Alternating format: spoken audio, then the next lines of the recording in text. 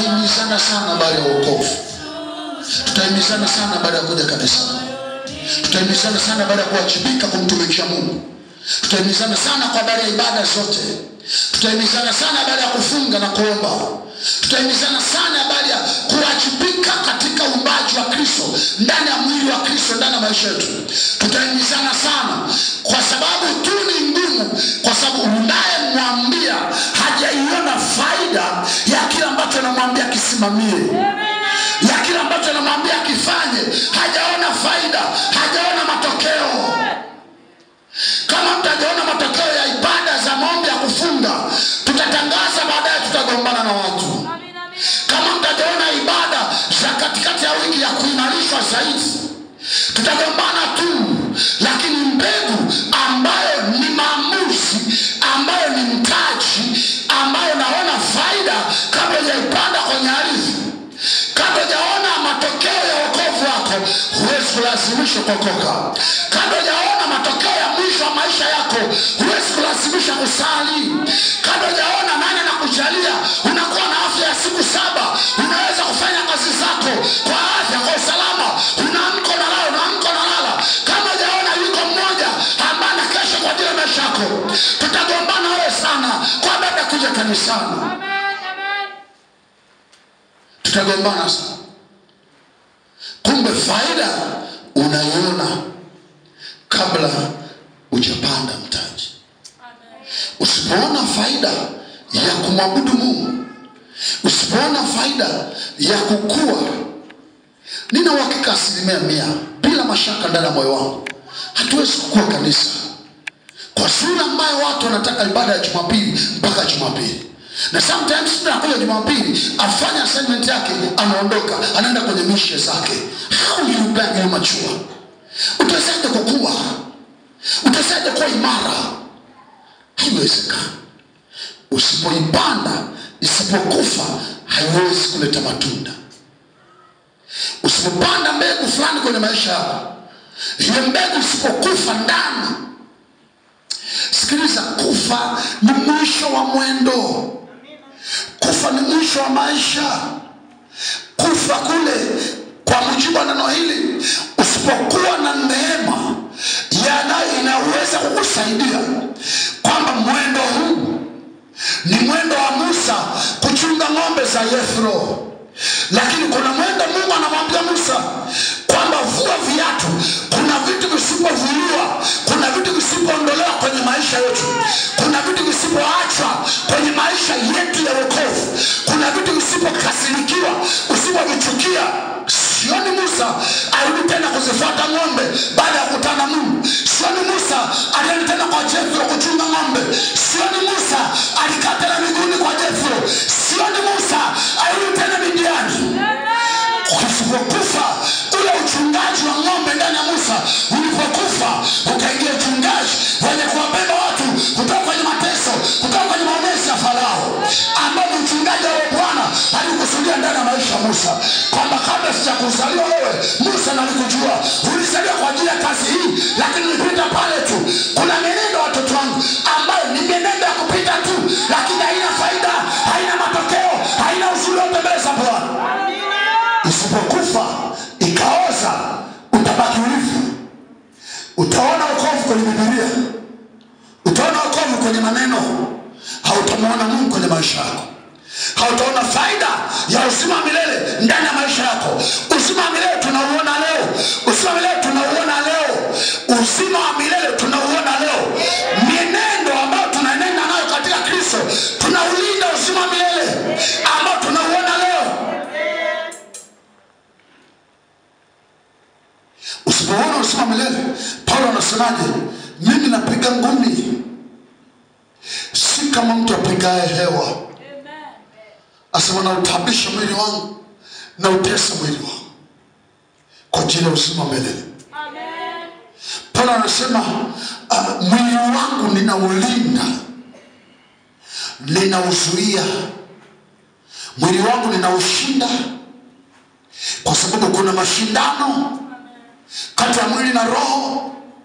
Mwili anataka kufurahisha dunia, leo anataka kufurahisha Mungu. Leo imebebwa na mwili. Biblia inasema wala kwa pasipo roho mwili umekufa. Kwa Paulo anaulinda roho kwa kuitesa mwili. Lakini shida yake nini? Ameiona faida ndani ya moyo wake ambayo inaitwa uzima wa milele ndani. Kwa mwili unataka kumpoteza Paulo au kosa uzima wa milele ambayo umeuona ndani na ambao ndio nao uhitaji kwamba kaishi milele pamoja na Mungu. Kwa mwili ambao umebeba roho unashindana roho. Kwa Paulo ameamua acha mwili ufe, acha mwili uteseke, lakini nachokiona ndani yangu ni uzima wa milele. Maisha yako, tabia zako zisipokufa, neno la Mungu lisipoingia ndani likaua tabia zako, likaua maisha yako, utajua kusema Bwana asifiwe. Utajua kusema haleluya. Vitu gani vinatusumbua sana? Kuna kitu kimetuua ndani yetu. Kuna mtu kwa sababu ya oda ya bosi wake hayuko tayari kubisi maagizo ya bosi wake. Kwa amri ya bosi wake imemuua. Manake imeua na imeota. Kuna mtu kafa kwa sababu ya duka lake, biashara yake. Kuna mtu kafa kwa sababu ya mume wake. Maka mwambia sitaki usali pale. Na kweli mama ameamua kuacha kusali.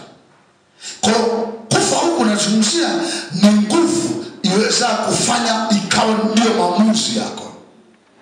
Ni nguvu inaweza kukufanya hayo ndio yakawa maamuzi ya maisha yako. Na ulia tena, hukukufa ni sauti ambayo iko ndani, ambayo kwa hiyo sauti watu watakuona uko kwenye frequency za hiyo sauti. Unaendesha maisha yako ndani ya hiyo sauti. Sauti imekuwekea mipaka.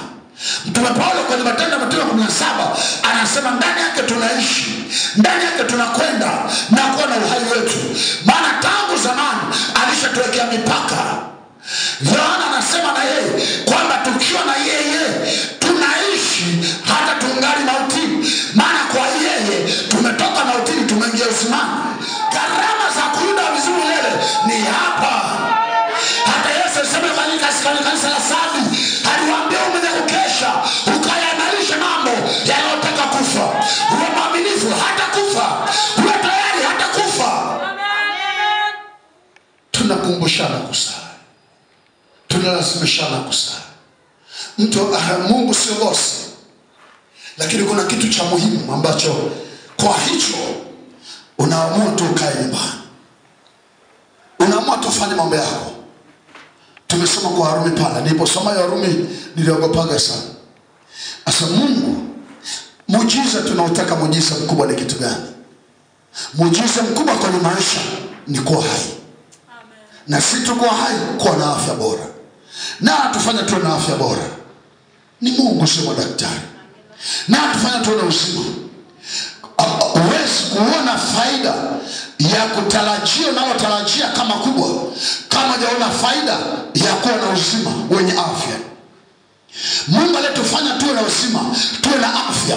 Huu ndio muujiza mama kwenye maisha yetu, kwa sababu ndio unatufanya tupate uwezo wa kuziendea hatua zingine na kuyafanya mambo mengine. Lakini bila afya, bila uzima, hauwezi kufanya chochote. Usipotambua kwamba Mungu peke yake ndiye bosi wa kwanza na wa mwisho, ambaye katika uzima ndiye ananifanya niende nifanye biashara, nirudi nikiwa salama. Wengine wanavuka barabara hawamalizi, wanagongwa. Bajaji nyingi, daladala nyingi, bodaboda nyingi. Lakini mimi nifanya nini mpaka nimeingia Jumatatu mpaka Jumapili? Nimevuka barabara ile, wengine nimevuka pale pale. Usipojua nani anakulinda, ukampa nafasi ya kwanza kama ndiye final say wa kwako katika maisha yako, okay, tutakuita Mkristo kwa sababu nataka kuitwa Mkristo. Lakini tabia za Ukristo, Kristo ni kitu gani? Kristo ni ufuasi. Mkristo ni mfuasi. Unamfuata nani? Isipopandwa na isipokufa haiwezi kuota. Tumehubiri miaka 7 hapa, tunaona utoto ule ule. Kwa sababu gani? Ndani ya mioyo ya watu ambao tunapanda, ile mioyo imekataa kuozesha mbegu. ndani yao. Mtu nakaa naye miaka 3, miaka 5, bado nambembeleza kuja kusali. For what? Ndio maana nawaambieni sasa hivi msimpe mtu yote namba yangu. Mpe namba ya mlizi, mpe namba kiume, mpe namba pastor. Na sasa hivi sina biashara kumwambia mtu mbona sikuoni kanisani. Okay, labda ninapoomba nisikie mtu huyo ndani anaugua kwa ajili yake. Nikisikia kuumia ndani nitamwambia mbona sikuoni. Lakini kama sijasikia maumivu yote, naomba Mungu nisaidie mwendo wangu niumalize. Kwa sababu kila mmoja kwenye vita ya zamu yake. Hallelujah. Kuna siku niliambia jamani naomba kila mmoja anunue tenzi za roho. Kwa sababu naona praise team yetu tumechoka. Jumamosi fulani nilikuja hapa. Nakuja kwenye maombi Jumamosi. Anakuja huyu anafanya mazoezi peke yake. Anaondoka. Anakuja anafanya peke yake, anaondoka. Anakuja anafanya mazoezi peke yake, anaondoka. Anakuja anafanya mazoezi peke yake. What is this rubbish? Tufike mahali tuongee kama Elia. Tuongee kama Joshua. Kama bahari ndiye Mungu, mfuateni. Mtumikieni huyo. We are not show off. It's not show off. Atujishi kama tunajua kuimba. Nilikuwa naongea jana mke wangu, nilikuwa naongea na mtu mmoja Dar es Salaam. Alikuwa napenda sana dada mmoja anaitwa Jane Johnson. Ni mwimbaji wa gospel yuko Marekani. Ni mama pastor. Sasa wenzetu anavaa nguo fulani. Kwa kuna wimbo mmoja ameimba good father. Lakini nguo aliyovaa kakamba alafu kwapa ziko wazi. Kamba kwapa ziko wazi. Anaimba na ina mikono, oh good father. Anaabudu mama, kanisa unaabudu. Sasa mtu mmoja ni pastor ananiambia, kuabudu gani mtu yuko uchi namna hii? Nikamwambia shut up. Evil person. Evil minded. Corrupted minded. Shut up. Nikamwambia unamwona yuko uchi kwa sababu unawaza uchi wewe. Amen. Lakini kitu gani ambacho Mungu akijui ndani ya dada? Ndiye amemfanya wewe vile alivyo. Ndiye kamuumba vile alivyo. Wewe kwa sababu akili yako ni ya kijinga, uwazi anaita ambaye Mungu anaishusha kupitia uimbaji wa mtu. Nisema tutafute tanzi za roho. Hatuwezi kufanya show off kwa Mungu. Ndio maana tunajitesa, tunafunga, tunatabika, tunatafuta uso wa Bwana ili tunapokuja mbele yenu tuwe na kitu cha kuwasaidia. Wewe kuja hapa kuimba umetoka kesho tufunge praise. Mungu hana hasara. Kama unataka kujua Mungu hana hasara, kaulizeni Jerusalem. Walipokuwa na wakataza waimbaji msimwimbie, alisema roho kuna kitu hamjui. Hawa kiacha kuimba, mtasikia sauti za ardhi. Mtasikia sauti za udongo. Mawe yale ataimba, mawe atamtaja Mungu kwa sababu vitu vyote ni watumishi wa Bwana. Hatuimbi kana kwamba Mungu anataka kuimbiwa sana. Hatuimbi kana kwamba Mungu ana shida sana sauti zetu. Tunaimba kwa sababu tuambia tuimbe. Tunaimba kwa sababu ni wajibu. Tunaimba kwa sababu ni karama. Tunaimba kwa sababu ni utumishi. Amina. Isipokufa hiyo mbegu ndani yako. Okay, fine. Labda nayasema maneno kwa sura ambayo ndani yangu nasikia kabisa shauku ya jambo fulani. Tunashiriki na damu ya Yesu. Yesu alizungumzia mara moja damu yake kushiriki. Wanataka kuondoka wanafunzi wote. Kanisa liliondoka. Amen. Akageukia wanafunzi, "Na nyinyi mtaka kuondoka mlango ule, wafuateni ndugu zenu." Ondokeni. Ashukuriwe Paulo, Petro. Aisema twende kwa nani? Hakusema wewe ni uzima milele. Wewe unayo maneno ya uzima milele. Naudia tena, twende kwa nani? Hakusema wewe, Yesu asema chakula niwapacho mimi ni mwili wangu na damu yangu. Aulaye mwili yangu na kunywa damu yangu nao uzima milele. Nami nitafufua siku ya mwisho. Wanapoondoka kanisa lote, wanabaki watu 12 tu pale. Yesu ambaye na nyie mlango ondokeni. Angalia jibu la Petro. Alibaki kwenye uzima hata kama Yesu hayupo. Ulichoniambia hata kama Yesu anaondoka, ulichosema kwangu hata kama Yesu nakufa wewe, ulichotamka juu yangu hata kama Yesu napaa mbinguni, ulichokiacha ndani na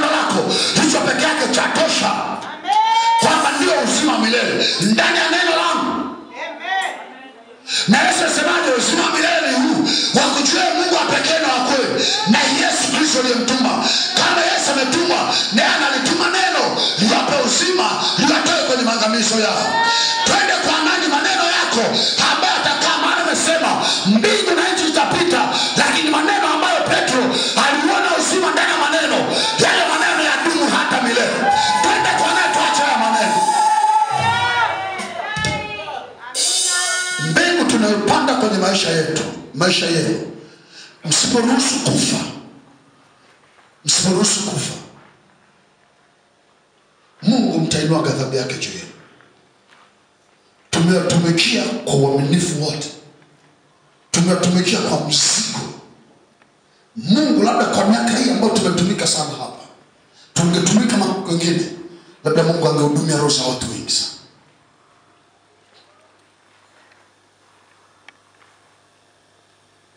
Mungu angegusa maisha ya watu wengi sana kwa mafuta tulionayo. Lakini mioyo isipokufa, Mungu asiporuhusiwa kuua tabia zako za asili. Nizungumza Jumapili, maneno tunayosema ni haya ambayo yanadhihirisha Mungu. Ni haya. Usiporuhusu moyo wa kwako wewe neno la Mungu likaachiliwa, sofa kwa Mungu hakuna sala. Mungu alituma neno lake litumize. Mungu atumia tumishi wake kwenye maisha ya watu ili watu wakaonewe, wakaumizwe. Mungu anatuma mtumishi wake kwa watu wake ili watu wake wafanikiwe. Ndio maana waaminini manabii mfanikiwe. Kama neno la Mungu ambalo limetumwa ndani yetu kwa ajili ya kulileta mahali hapa katika ardhi hii, kama sio mahali hapa, Mungu asitupoteze muda hapa, atupeleke kwingine. Sikiliza, mshahara uko hivi. Yohana 4, Yesu alisema baada ya mshahara, alisema yuko mmoja matumwa kwenda na mbegu kupanda.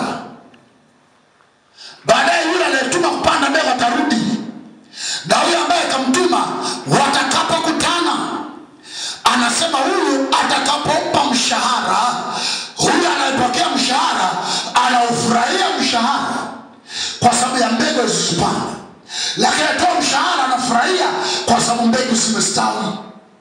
Kwa anasemaje?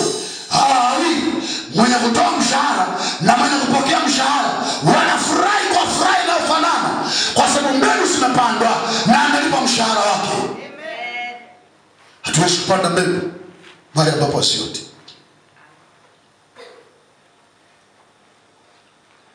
Tunashiriki mwanadamu Yesu. Wakati nifika tafsiri nikaambiwa hii message na usema leo hapa. Ndio maana sikusemea hapa. Nikiwa ofisini namshukuru Mungu. Mungu asante kunihudumia, kunitumia, kufikisha kila ambacho nikusudia kwa watu wako. Asante kwa utumishi wa Mungu utakaobarikiwa kwa njia ya YouTube kokote waliko. Kwa message ndio nikasikia Jumapili damu ya Yesu. Ujumbe huu hapa. Amen. Moyo una ugonjwa wa kufisha. Moyo una ugonjwa wa kuua. Yeremia 17:9. Sasa nani anaweza kujua moyo? Una ugonjwa wa kuua. Simona anasema iko njia na kanao safi machoni pa watu, lakini mwisho ni njia za mauti. Yako mambo ambayo ni ya faida, yako mambo ambayo ni muhimu sana, lakini kuna siku utakuja kuona mambo haya hayana faida yote kwenye maisha. Kuna siku utakuja kalaumu hayo mambo kwamba alikuwa ananiibia muda wao. Mtume Paulo amelia hapo, anasema anahesabu miaka aliyotumia kwenye dini ya Kiyahudi kama kinyesi. Manake anajuta kupoteza muda katika mambo ambayo alijua ndio mwisho, ndio maisha halisi. Sasa anakuja kuonja uzuri wa kukaa ndani ya Kristo. Anajutia, anasema ingewezekana hata wakati ungerudi nyuma. Ningezaliwa nikaanza katika staili hii ya kuishi kumtumikia Yesu, lakini sasa nimekutana naye katika utu uzima. Ndio maana nasema msinivunje moyo. Mimi siogopi kufungwa gerezani. Niko tayari kukatwa kichwa kwa sababu ya Kristo. Kwa sababu kwangu kufa ni Kristo. Kufa ni faida. Kuishi katika mwili ni faida, lakini kufa ni Kristo. Na hesabu ya wakati kwa siku cha kufa. Nani ageuze moyo? Nani abadilishe moyo wa binadamu leo? Tunaishi nyakati za mwisho za sayansi. Manabii wengi wametokea duniani. Uongo mwingi umetokea duniani. Lakini si tu uongo mwingi duniani. Nakumbuka message ya mwisho ndio nilifundisha. Yohana anasema sijaribuni hizo roho kama kweli zimetoka kwa Mungu. Watu wame wrong perception kwenye scripture. Hiyo scripture watu wengi wanafikiri inaonya waumini juu ya uhubiri na kwenda kwenye maisha yao. Nisikilize. Hiyo message inaonya hata wahubiri juu ya watu wanaokwenda kwenye huduma zao. Si wote wanaokuja kwetu kama wanakuja kwetu kwa maana ya kukaa kwetu. Yohana anajijibu, anasema alikuja kwetu lakini hakuwa kwetu. Maana kama angekuwa kwetu wangekaa kwetu, lakini waliondoka ili wajionyeshe kwamba hawakuwa kwetu. Kwa andiko linasema pande zote kanisa la Mungu lio macho, wahubiri wa Mungu wawe macho kadhalika. Si wote wanaokwenda kwenye miguu yao kama wanakwenda kwenye usahihi. Wengine wanakwenda kuumiza mioyo ya wahubiri. Wengine wanakwenda kuua mioyo ya wahubiri. Wengine wanakwenda kuua watumishi. Wengine wanakwenda kutafuta baya kwa maisha yao. Wengine wanakwenda kuangusha watumishi. Wengine wanakwenda kuwatukana watumishi.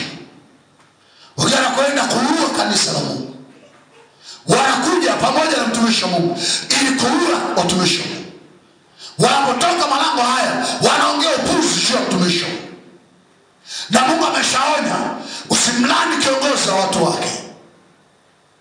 Mtu anakuja hapa siku 3 tu ametokana maisha ya mtumishi wa Mungu. Na ambaye nimekaa naye miaka 3, unamwamini aliongea siku 3. Ambaye amekaa na mimi siku 3, wewe nimekaa naye miaka 3. Isipokufa haiwezi kuota. Hiyo mbegu isipokufa haiwezi kuota. Usitegemee kupata faida kama hujapanda mbegu. Faida ni matokeo ya mbegu. Hapa tuko duniani tunapanda. Utumishi huu tunapanda sisi. Kwenye CV yangu mbinguni hautaondoka utumishi wa mbegu. Hautaondoka utumishi wa Subaru. Hautaondoka utumishi wa Dar es Salaam. Hautaondoka utumishi wa Moshi. Hautaondoka utumishi wa Arusha nilikotumika. Hautaondoka. Na Biblia inasema Mungu huipa mwili kama apendavyo. Mungu anao mwili mpya wa kila mbegu, isipokuwa ataipa mwili ikifa. Mbegu hutengeneza mazingira ya mwili mpya. Mungu anao mwili mpya wa kila mbegu, anasubiria hiyo mbegu ife. Nachosema ni kwamba Mungu anao mwili mpya wa mbegu zote, anao mwili mpya, lakini anasubiria ili aivishe mwili mpya ni ile mbegu imekufa. Kama mbegu imekataa kufa, mwili unabaki na mwili wake, anashika tule mwili. Kama mbegu imebunguliwa, mwili yule ambao Mungu anao kwa ajili ya ile mbegu anakaa nao. Kwa lugha nyingine, mwili ambao Mungu anao ni wa thamani kuliko mwili wa mbegu unayoipanda. Kwa Mungu mwili ule mpya anauthamini sana. Huwezi kuachilia tu kwamba nimepanda mbegu uvishe. Never. Anasubiri mbegu ife. Isipokufa ile mbegu, mwili unarudisha kwenye draw. Bwana Yesu asifiwe sana. Maana ni nini? Kuna maisha mapya ambayo Mungu anayo kwenye maisha yetu. Kwenye mkono wa Mungu ana vitu vipya kwa ajili ya maisha yetu. Kwenye mkono wa Mungu ziko hatima mpya. Kwenye mkono wa Mungu liko jina jipya. Kwenye mkono wa Mungu liko level mpya. Lakini Mungu anasubiri mauti yetu. Tukingangania mwili huu, na Mungu naye anangangania mwili mpya. Tukingangania tunavyoona vya thamani leo, Mungu naye atangangania vile vya thamani ambavyo alikuwa tayari kutufika. Tukiona tulionavyo leo ni vya maana sana, Mungu naye anaona vya kwake alionavyo ambavyo alivikusudia vile vya kwetu, na umaana na thamani alionayo Mungu naye atalinda. Hatampa mtu ambaye hajafa. Anasema humpa kila mtu sasa na njia zake. Nilikuwa nasema kwenye maombi kule, Mungu asema anayeniheshimu nitamheshimu. Anayenipenda atapendwa na Baba. Na anayependwa na Baba huyo ataheshimiwa. Tukiona tulionavyo leo ni vya maana, tukiona tulionavyo leo vya thamani sana, tunamfanya Mungu asitupe vya kwake. Je, tulionavyo ni vya thamani? Je, tulionavyo ni vya maana? Mbona vinatufanya tuugue? Mbona vinatufanya tufe mapema? Mbona vinatupa maumivu ya moyo? Mbona vinatupa majeraha kila siku? Mbona vinatukodesha kila wakati? Mbona tunaongea pekee yetu barabarani? Kama tungevishika vingekuwa na majibu, tusiongea pekee yetu. Tusingejikwaa, tusingeumia, tusingejuta, tusingeomboleza. Havina maana yoyote. Ni vya muda mchache tu. Mtume Paulo anaeleza kwamba tumeokolewa kwa mbegu isiyoharibika. Vilivyo kwa Mungu haviharibiki. Vilivyo kwa Mungu vinahifadhi maisha yetu, vinaponya maisha yetu, vinafungua malango, vina umilele wote. Tutoka kwa mama zetu waliokuwa walevi, tuseme na kina baba waliokuwa walevi, waliokuwa na ibada za sanamu, walikuwa wanachinja kwenye makaburi ya kwao, wakiamini mtolea Mungu ibada. Tulisalia kwenye familia za ajabu. Tulifungwa hata nyusi nyeusi kwamba ni kinga. Lakini tulipomkimbilia Bwana, anatuvua mwili wa kale, anatuvika mwili usioharibika, mwili usio na mawaa, mwili wa milele ambao una asili yake mwenyewe. Mungu hatalinda mwili ambao sio wa kwake. Mungu hatashughulika vyanzo ambao sio vya kwake. Mungu atapigana vita katika nafasi ambayo yeye hana sehemu. Anasema nitakuwa adui wa adui zako, nitakuwa mtesi wa watesi wako. Tukikumbatia sana vile ambavyo tumetoka navyo kwa baba zetu, ambavyo tupa tabia zao, ambavyo tupa mwongozo wako, nataka nikueleze leo, tunajiwekea ukuta. Tusione neema ya Mungu, tusione msaada wa Mungu, tusione baraka ya Mungu, kwa sababu Mungu anatembea na wale ambao wamekataa uumbaji wa kwanza, wamekataa mwili wa awali, wamekataa mwili wa asili, wanaovaa mwili wa mbingu ambao haharibiki, ambao hauozi, ambao haufi, ambao haupigwi, ambao huombolezi. Anasema kabla hujaomba nitakusikia. Nani ambaye atamsikia? Je, aliyeng'ang'ania mwili wa asili? Asema kabla hujaomba nitakusikia. Asema utukufu wangu utakutangulia, na utukufu wangu utakufuata, utakulinda. Nani huyu ambaye hata asingiwe katikati ya utukufu wa Bwana? Israeli walipotoka Misri walizingirwa na utukufu wa Bwana. Biblia inatuambia mambo matatu. Jambo la kwanza, wakati wa mchana wingu liliohifadhi. Kumbuka wanatembea jangwani. Anasema miguu yenu haikuvimba kwa miaka 40, wala mavazi yenu hayakuchakaa kwa miaka 40. Wingu mchana liliwaficha Israeli. Hawakuona uchungu wa moto wa jangwani. Hawakuona moto chochote wote hawakuliona. Kwa sababu nini? walikuwa wamevikwa mwili ambao joto lile kilichoweza kuunguzwa na lile joto Israeli hawana. Ngozi ambayo ingeweza kuumizwa na joto la jangwani Israeli ngozi hawana. Wamevikwa ngozi nyingine. Mungu nivike hiyo ngozi hata katikati ya jangwa, nisifiri maumivu, nisifiri hiyo joto. Ndugu zangu, transformation inakuvika uungu. Wengine wanapoteseka na jangwa, Israeli hawateseki kwa sababu moto wa jangwa kuna vitu ambavyo vina qualify kuweza kuunguzwa, lakini mwili ambao Israeli wavishwa kwa sababu ya mbegu ndani yao, joto la jangwa ni disco, halikuweza kuunguza. Hapa ndipo Yesu alizungumzia kwamba hata mkila vitu vya kufisha wengine wataanguka kule kwa sababu kula chakula kile kile, lakini chakula hicho kinaua watu wa aina fulani. Wanapovika mwili wangu hii si malezi kumuua, ni yumba. Isipokufa haiwezi kuwa hai. Isipokufa haiwezi kuwa hai. Biblia inaniambia usiku nguzo ya moto ilisimama juu. Kwa kwenye makao ya Israeli lulu liwangazia. Kitu gani mpaka Mungu aweze kufanya vitu hivyo? Amuru mchana wingu, gili mchana usiku nguzo iende. Hawa watu ni nani? Mwangalie Mungu juu ya Israeli. Hesabu 22:6. Balaki na Balaam wanatoa kafara ili kulaani Israeli. Kabla Israeli hawajui, Mungu anaenda kwenye sadaka zao. Anaenda kwa Balaam. Unafanya nini hapa? Ni nani hawageni mapokea? Mzee wa watu wamekuja wametoka kwa Baraki. Asema nimlaanie Israeli. Asema sikiliza, hawalaaniki wale. Usiwalaani maana hawalaaniki. Utamlaanije mtu ambaye mimi nimembariki? Utamshutumuje mtu ambaye mimi nimesabia haki? Usifanye hivyo bana. Sawa.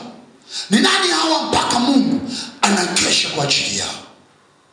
Halali kwa ajili yao. Ni nini? Ameivika mwili. Kwa sababu alikufa katika mwili wa asili. Wamevaa mwili mpya. Kwa Mungu ameuvika mwili.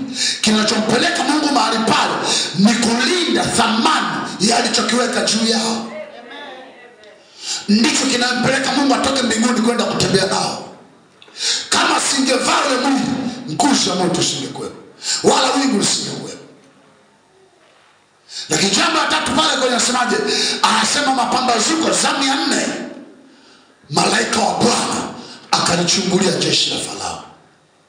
Kumbe kulikuwa na nguzo usiku, kulikuwa na wingu mchana, lakini bado malaika wa ulinzi alikuwa pamoja na wao. Anasema kaenda nyuma ya Israeli, baadaye kaweka ukuta wa Misri wasiwaone Waisraeli. Kitu gani Mungu anahangaika namna hiyo kwa ajili ya hawa wanaotembea tu? Balaki aliona kweli, asema naona watu maana wanakuja wanaofunika uso wa dunia. Si wao wanaofunika uso wa dunia. Nguzo na wingu la Bwana limefunika.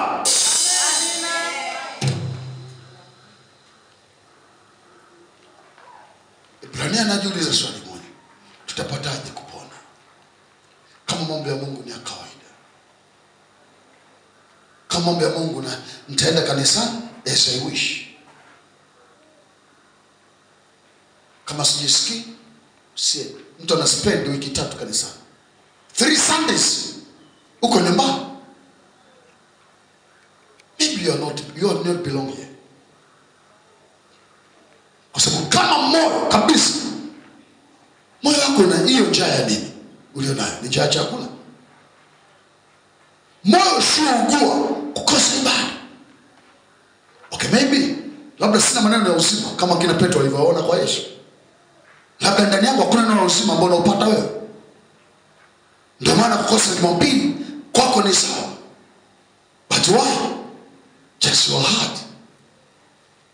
Paulo alisema kwa Korinto 2 kwamba jithibitisheni wenyewe, jihakikisheni wenyewe kama kweli mmeshikamana imani. Prove yourself. Mungu hawezi kupa mwili mbegu ambayo haijafa. Mungu ataipa mwili mbegu ambayo imekufa. Nilipokuwa naangalia Ibrania sura ya 12 mstari wa 2, asema mtafakarini sana Yesu. Mtafakarini sana Yesu. Kwa nini tumtafakari? Anasema yeye akiuona utukufu faida, alidharau aibu ya msalaba mtaji.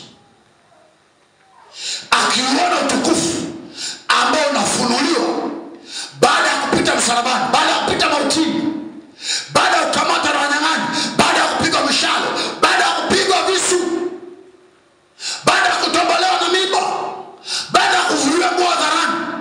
Yesu yote hao alikuwa anayafanya yalikuwa hajawahi kufanana na uzuri atakaovaa kesho. Kwa haya hayakumpa maumivu, hayakumpa stress, hayakumpa chochote ambacho kingeweza kufanya gairi. Alikuwa anawaambia mnachelewa niingie kwenye utukufu ule pale. Mnachelewa nimalizeni nivae vazi jipya, nivae umbazi wa Baba ambao kwao nilikusudiwa nije. Mnanichelewesha, maana mwendo nimalize leo, kesho niwe baba wa dunia nzima. Watu waje kwangu, watu wamuone Baba kwa mimi peke yangu. Malizeni kazi yenu haraka. Alidharau aibu. Mtu leo mchungaji mume wake mlevi tu mjinga huko barabarani. Walikutana tu barabarani huko akampa vocha. Ndo kaishi naye huyo. Hapa naambia sitaki usale, chagua moja. Ishi kwa mchungaji au kwangu. Basi naacha kusali. Madness. Hujamjua Mungu. Hujui Mungu, hujijui mwenyewe. Huyo nikwambie ana michepuko. Sio kwamba ni wa thamani sana kwako. Kama aliyokota kwa daladala, alikokota kwa soda, alikokota kwa lifti. Haukuwa wa kwanza kukokota kwa lifti, wala kwa Pepsi, wala kwa ofa ya simu. You are not the first and you are not the last. Unamwacha Mungu kwa sababu amekwambia tunatukana utumishi wa Mungu. Na anaomba ajinga tu barabarani huko mmekutana, lakini nani anasababisha tutukane? Ninyi ambao tunawalea. Kwa nini usimuonyeshe Mungu huyo mtu wako? Mwili tu, matendo ya mwili tu, ambao ni raha ya kitambo tu. Mwili tu. Unachaji imani kwa sababu mwanaume huyo anaweza kumtukana mtumishi wa Mungu. Anaelea maisha yako. Kwa wewe na yeye kula aliko analindwa. Tukiambia familia zetu na tunamwombea, anainuaje mdomo mchafu kuninena vibaya? Hatujaona thamani ya hawa watumishi. Hatujaona nafasi yao. Mwanamume hata babako na mamako wanajuta. Kwa matumizia mtoto wa kike hajatetea tamko na watoto 5. Hawajala hata mkaja wa mama. Leo huyo ndo anakuambia chagua mchungaji wako au mimi. Na basi mume wangu nakuchagua wewe, unajua thamani ya mume wewe. Au unaishi tu na mwanaume, madamu mwanaume. Thamani ya mume mamako hamjui, babako hamjui, kaka zako hamjui. Huyo ni mwanaume. Si msimu tu unaishi nao. Anakutofautishaje, anakufarakishanaje na Mungu ambaye kuja katika njia za uovu? Binti yetu mmoja nilikutana Dar es Salaam, tulimlea Sumbawanga. Nakutana naye anapiga simu, mume wake anapokea na kata. Anaona mimi nitoka kwa shughuli zake Aliako. Haambia hii namba ya nani? Mbona umeandika baba? Huyu ni nani huyu? Sasa kama niliandika ndo baba yangu. Bila mimi ningekufa. Binti alikuwa na matatizo kwa kweli. Anasema naweza kukaa naye hapa, akapotea hayupo. Kangu simu kwa miaka kadhaa. Anatokea yuko Mbarali, anakuja anatokea Sebuleni, anatokea kitandani. Ilifika mahali familia imeshamzoea. Anaweza kalala asiwepo wiki 2-3, akarudi usiku amelala naye kajifunika blanketi na mdogo wake. Wanaamka asubuhi yote, kaingia wapi usiulize. Milango imefungwa usiulize nani kamfungulia. tukamchomoa kwenye kazi za kuzimu, akawa mtenda kazi. Unapiga simu kama ukota mpumbavu kakali yako kule, kama ukota mwewe mmoja huyu mwandika baba ni nani? Mbona piga sana sana? Ni baba kama alivyoona. Wewe mwanamke chagua huyo au mimi? Basi nakuchagua wewe. Kama sana. Unaanza kujua kama tusije kutengeneza. Okay, ni akutana naye. Baba yani mwanaume huyu mama yangu kamtukana. Baba katukana. Kaka zangu katukana. Yani mimi niwe kipeke yangu baba. Baba naomba twende kuongea naye, nikamwambia shika damu. Shika damu yako. Kama Mungu huipa mbegu mwili, nataka nikwambia hata shetani anaipa mwili mbegu yake iliyotea kwake. Nikamwambia sikiza mwanangu, unajua sasa ni hela ngumu sana. Akasema ni ngumu baba. Unajua hiyo? Okay. Huyu ana mkakati, siku moja atakuja kuuze. Atakutoa kafara msukule, utakuwa kwenye duka lake kali yako. Ndio maana anakata cheni yote ya mahusiano wewe. Okay, nikuulize mwanangu, umeenda naye Sumbawanga? Anafahamu hata wakwe zako, shemeji zake anawafahamu? Hata kwenu tu kukufahamu anakujua? Hapana, namshangaa. Nikamwambia jishangae wewe msukule. Umekaa naye muda gani? Miaka 2 baba. Wewe. Ndio anamtukana babako, bado uko naye. Anamtukana mamako, bado uko naye. Tunalea na watu wa aina gani Yesu? Hata babako hana thamani kuliko yule mwewe huyu. Hata mamako hana thamani, ulikaa tumboni kwake, kuliko yule kibako ulimwokota kali yako. Leo kisasi hiki kinapita hapa. Mambo ya Mungu, angalia Korinto ya kwanza sura ya kwanza mstari wa 18. Neno la msalaba kwa wanaopotea ni upuzi. Mungu huipa mwili kama pendavyo. Nisema mwili anao Mungu. Anasema muinua mtu toka mavumbini. Mavumbini hapo ndiko mbegu inakoozea. Kubali kushuka chini. Okay, nataka niende kwenye shamba. Mbegu kishaipanda. Bwana siwe sana. Tunafahamu chochote ambacho kinaoza, ile manurity, ule uozo unatengeneza kuwa mbolea, si ndio? Tuko sawa sawa? Narudia tena. Chochote ambacho kinaoza, ukichukua mbegu ya muhindi ukipanda, ikioza pale inageuka ile mbegu inakuwa mbolea. Au mbegu ya parachichi inaotaga vizuri tuweze kuelewa. Ukipanda mbegu ya parachichi inapotaka kuota inapasuka, si ndio? Lakini bado inamshikilia mtoto aliyezaliwa. Kadhalika hata muhindi inabaki vile vile, mbegu zote inamshikilia tule mtoto. Kwa nini? Mtoto mchanga yule. Kwa mbegu ile mbegu ambayo imekufa ili izae, ndo eneo la kwanza ambayo yule mtoto mchanga amezaliwa anaanza kula. Kumbe ile mbegu ambayo imekufa ipo pale pale kwa ajili ya kumlisha chakula cha awali. Kabla hajapata mizizi mikubwa akaanza kujitegemea kuingia kutafuta cha kwake. Sasa mizizi inapoanza kukomaa kwenda kutafuta cha kwake kule, huyu anakuwa ameshamaliza kake, anakuwa naoza, anaisha anakuwa udongo. Ukifukua leo mkuta tena. Lakini kazi ya kwanza is to nurse a baby seed. Kazi ya kwanza ya ile mbegu inayokufa ni kumlea yule mtoto mchanga. Manake nini sasa? Neno la Mungu ni mbegu. Umauti wa neno la Mungu ndani yako ni nguvu itakao kusaidia kuendelea kuwa katika uwingu au mipaka au kusudi lile la kuota kwako kitu kipya. Nataka nimalizie. Ndani yetu kuna ukuu sana Mungu alionao kwa ajili ya maisha. Amen. Anasema nitaufanya mwisho wako uwe mkubwa sana. Mungu anasema ataufanya maisha yetu kuwa mkubwa sana.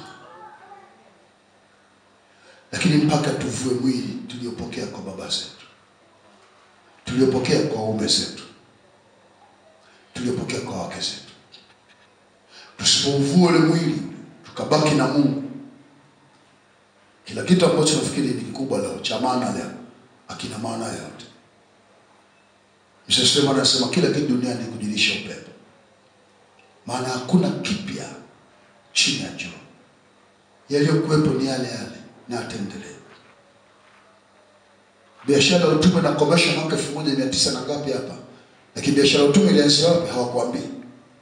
Kamuuliza Yusufu, kauliza watoto wa Yakobo. Kizazi cha kwanza ulikuwa biashara ya utumwa, wananunua watu. Biashara ya kutoa kafara ilikuwepo tangu zamani. Biashara mtu kuuza mtoto wake ilikuwepo tangu zamani. Biashara mzazi kuuza mtoto wa kike ili apate mali ilikuwepo ndani ya vitabu vya Biblia, imo kwenye Joeli. Biashara za mauaji zimo ndani ya Biblia. Rais kuua mtu wake, waziri wake, askari wake, imo kwenye Biblia. Daudi alimuua Uria kwa sababu kutaka mke wake. Kwa kila kitu tunachoishi leo, biashara ya riba, si biashara za riba, zote zilikuwa. Mambo ya house game, msichana wa nyumbani, si mvulana wa kazi, zilikuwemo, lakini Yusufu alikuwa mvulana wa kazi. Lakini mamake Ishmaeli alikuwa dada wa kazi kwa kina Sara. Kwa hakuna kitu leo ambacho unaweza kukibuni wewe.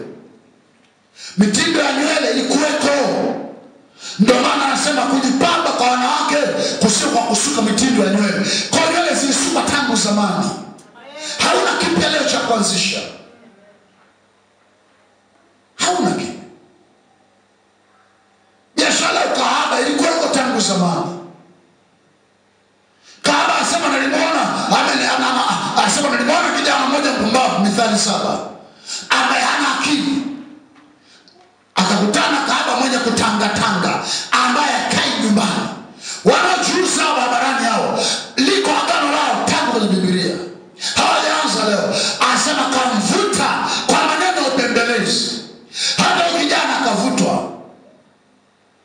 Akasema nimeweka mdarasini kwenye kitanda chako. Wewe unaweka mdarasini kwenye pilau, kahaba anaweka mdarasini kwenye kitanda. Nimetandia kitanda changu kwa mashuka ya Kimisri. Wewe umevaa mashuka ya kabo ya kulusha 3000, 5000. Mashuka taja mahali ambapo hujawahi kufikiria. Mashuka toka Misri nimeagiza. Na nilitoka nikulaki mpenzi wa moyo wangu. Ndio nakutana siku ya kwanza. Hakuna jipya.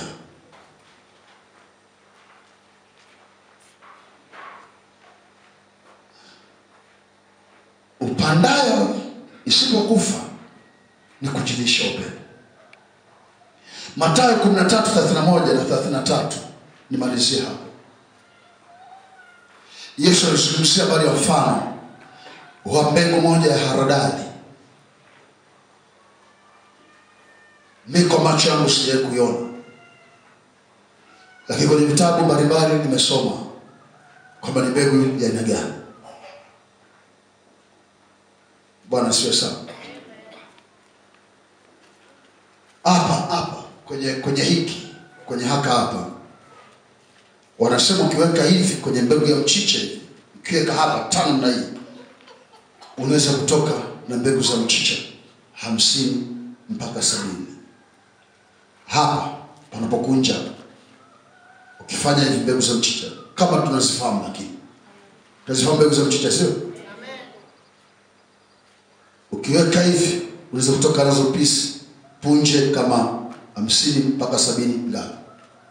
Lakini wanasema mbegu ya haradali ukiweka hivi unaweza kutoka na mbegu kuanzia 300,000. Zisikabaki tu namna hii umetoka nazo. Kwa ni tudogo sana ututubebe. Lakini Mungu Yesu anasema hivi, hiyo mbegu ilipopandwa, na anasema ni ndogo kuliko mbegu zote, ni ndogo. Amen. Lakini anamalizia semaje? Ukishaipanda hiyo mbegu ndogo, ukishaipanda ikiota, ni kubwa kuliko mbegu zote tena. Ni kubwa kuliko mbegu zote.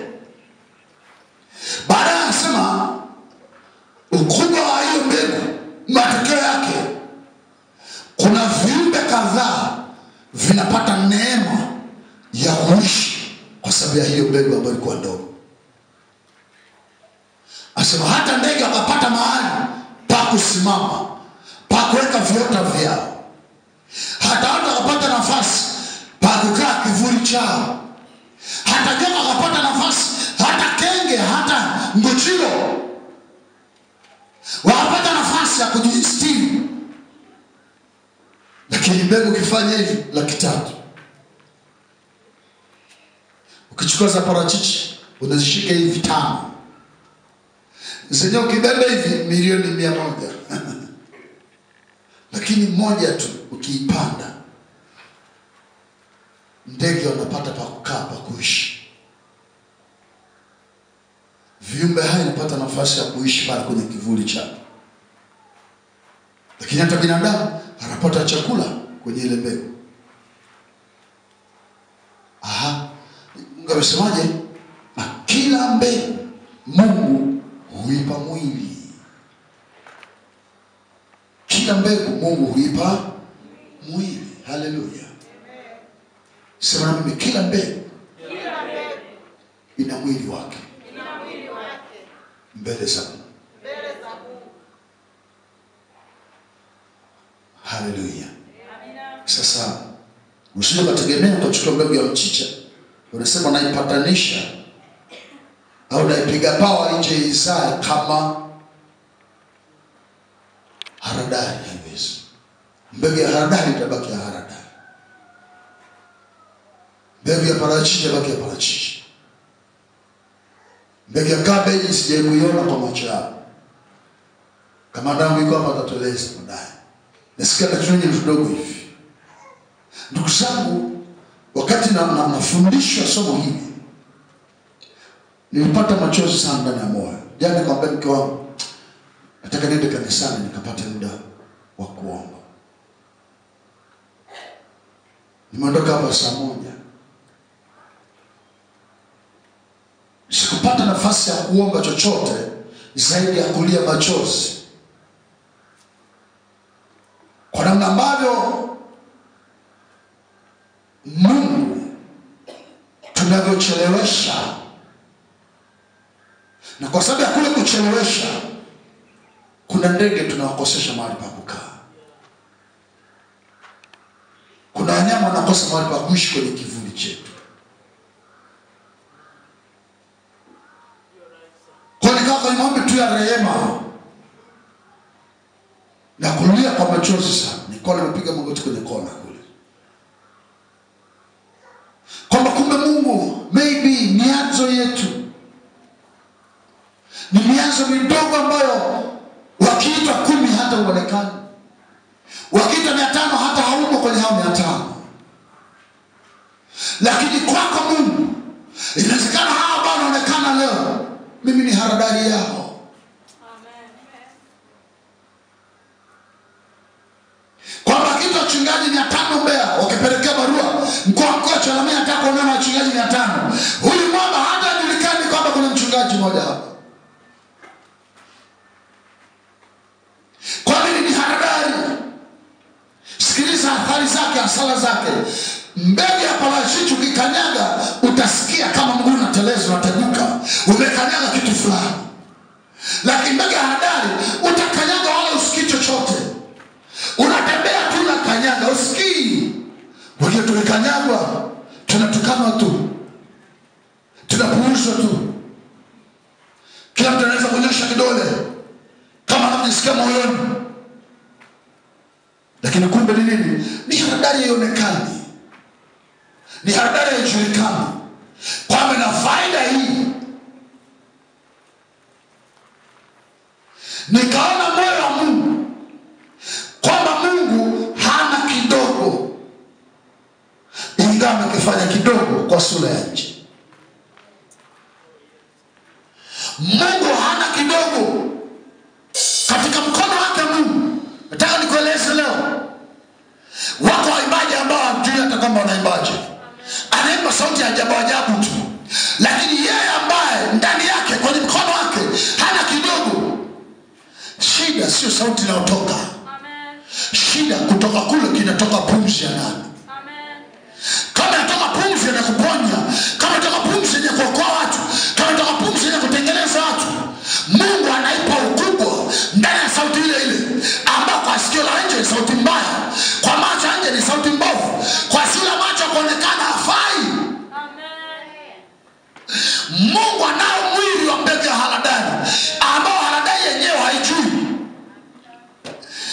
kumza neno anachokisema. Mungu anao mwili wa haradali ambaye mharadali wenyewe haujui. Haradali najiona ni kambegu kadogo, hata mbegu ya mchicha ni kubwa, hata mbegu ya kabeji ni kubwa, hata mbegu ya chungwa ni kubwa. Kwa haradali inaweza kusukuma mbali, lakini na haradali haijui kwamba ina mwili mkubwa kuliko ni maboga, ina mwili mkubwa kuliko mparachichi. Haradali haijui.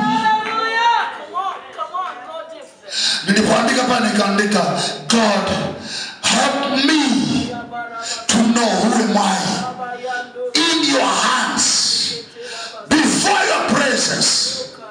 God may reveal my eyes so that I can see. Haradali ingejiona ingejivuna kwamba mchicha huna lolote, ndege hawezi kukaa kwako. Mimi nakalisha tai, mimi nakalisha eagles, mimi nakalisha falcons, nakalisha kila aina ya ndege. Wewe mchicha kishachungwa, biashara yako imeisha. Mimi napenda tengeneza ndege wanapoishi juu yangu. Wao wengine wanaishi kwenye kivuli changu, wengine wanaishi kwa sababu yangu. Haradali yenyewe haijui, haina habari ikoje mbele za Bwana, haina habari na watu wangapi ndege wanahangaika angani wanatafuta mahali pa kukaa, wanyama wanatembea chini wanakosa kivuli. Haradali chipua ndani yangu.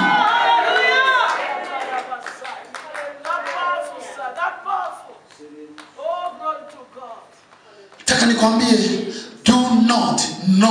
dare not to despise the gift God has planted in yours. Do not. Hakuna karama Mungu aliyopanda ndani ya maisha yetu ambayo haina ukubwa, ambayo haina utukufu wake. Kila ambacho Mungu amekipanda ndani yetu, kina ukuu wake, kina utisho wake, kina nguvu yake. Na kila ambacho Mungu amekipanda ndani yetu, kuna watu wanasubiri. Kuna ndege wanahitaji mahali pa kukaa. Wamefukuzwa kwenye miti mingine, wamekimbizwa kwenye miti mingine, wamekosa mahali pa kuhifadhi maisha yao. Nikamwambia Mungu, nifungue macho ili niweze kuona na niweze kujua. Haradali ingejua, ingeweza kuongea kwamba mchicha usinisumbue, wewe karoti usinisumbue, sasa kesho nitawahifadhi nyinyi. Haradali ingejua, ingeambia parachichi usinisumbue, ingeambia muhindi usinisumbue, ingeambia mazao yote kwamba msinisumbue, karanga usinitishe. Wewe bamia, acha kelele zako, kaa kimya, mimi ni mkubwa sana. Lakini bahati mbaya haradali haijui.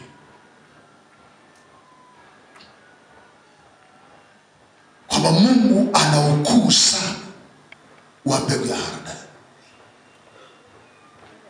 Lakini haradali haijaona. Nikamwambia Mungu nisaidie, nifike mahali haradali yangu niitambue mwenyewe.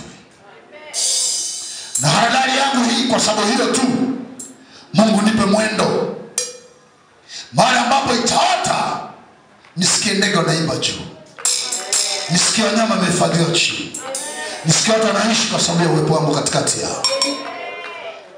Kwamba nisaidie Mungu, macho yangu yafunguke, kwamba badala ya kutafuta ndege watafute huyu mharadali uko wapi.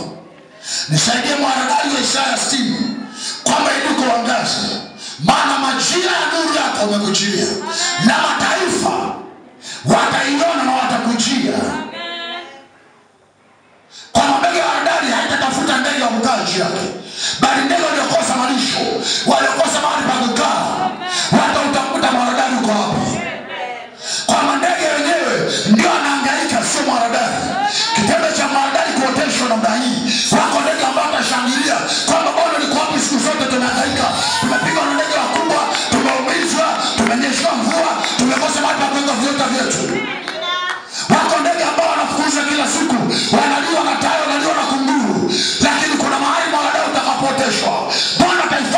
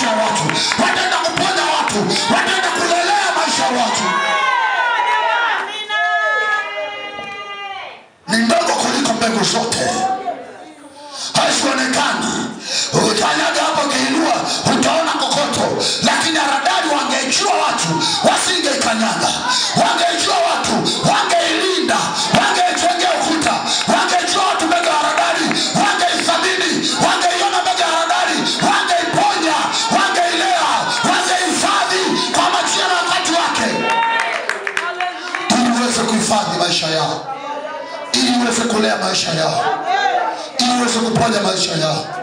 Wakati wa jua unakuja ambao watatafuta kivuli. Amos aliongea nabii kwamba wakati unakuja siku zinakuja ambao Mungu atachilia njaa.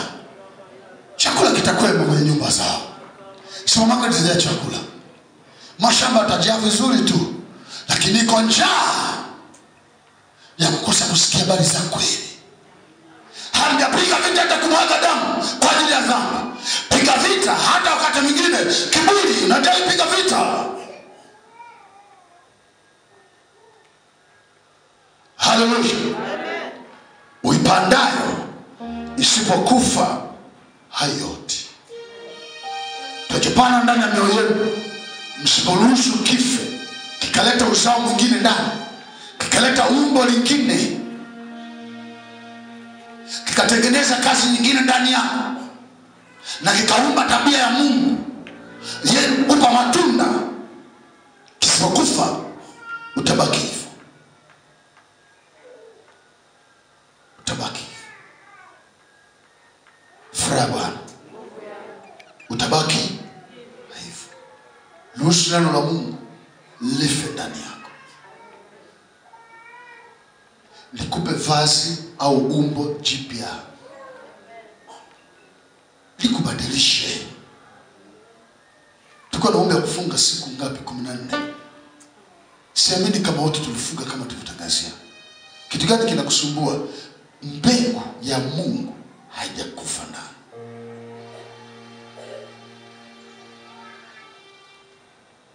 Kwa nini unavunja maagano tu? Tupatane kuna vunja maagano tu. Nishasema siku moja hawatakuja tu kwa sababu tunaomba Mungu waje watu tangu unaweza kuomba wamekuja. Kuna kitu cha ziada tokeo badilike. Wale watu walipolijaza kanisa, somo tena mitume, tabia zilikuwaje? Walidumu katika fundisho la mitume, katika kumega mkate, katika kusali na kuomba. Vitu vyote walikuwa washirika nao pamoja. Wakimega mkate nyumba kwa nyumba. Walikuwa wanataka kutembeleana, kushuhudiana, kuelezana habari za Mungu, lakini walidumu kwenye fundisho, walidumu consistency. Baadaye asemaje? Mungu akalijaza kanisa kwa watu walikuwa wanaokolewa. Hapa tumekaa kila mmoja katika roho, huyu kaangalia huku. Hapa tumekaa hivi, huyu anaanza kioski, huyu anaanza mtungu, huyu anaanza nyanya, huyu anaanza mume wake, huyu anaanza muda umechelewa, huyu anaanza kule, huyu anaanza kile. Hatuko united. Mungu alijaza kanisa, watu walikuwa pamoja. Anasema vitu vyote vilikuwa shirika. Si kama tunatangazia hata maombi watu waje. Leo tumetangaza batizo. Nani yuko tayari kubatizwa leo?